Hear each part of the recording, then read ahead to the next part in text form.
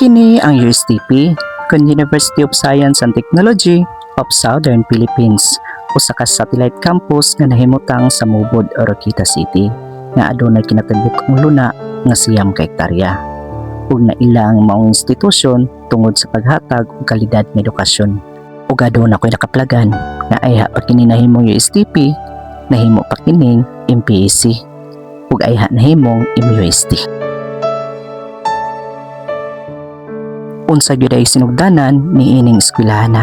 Dali suhidon ta kung kanus-a gyud nagsugod ang maong institusyon.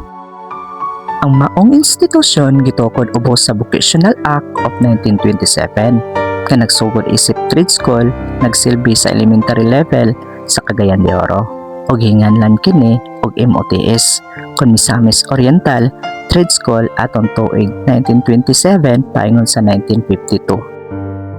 Ug atong tuig 1952 paingon sa tuig 1978 subay sa Republic Act 672 gi-convert kini ngadto sa MSAT kun Mindanao School of Arts and Trades nga nagtanyag sa trade technical curricula.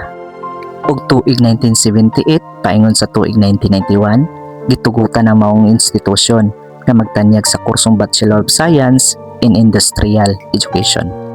Ug dungan na ng tuiga gi-upgrade ang maong institusyon pinaagi sa Presidential Decree 1431 ug nahimo na kining DMM MPAC kun Don Mariano Marcos Memorial Polytechnic State College.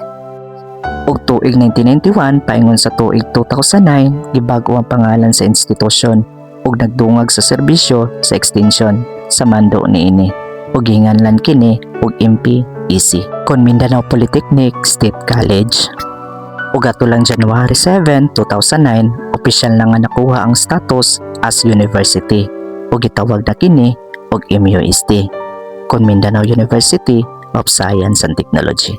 Ug ato lang August 16, 2016 na-merge na usa na sa Muscat kon Misamis Oriental State of Agriculture and Technology sa Claveria pinaagi sa Republic Act 10919 aron mahimong USTP system.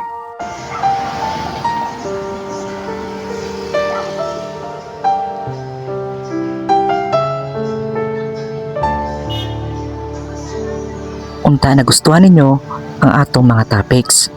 Ang inyong isa ka share, like, o follow dakong tabang na para kanako. Salamat.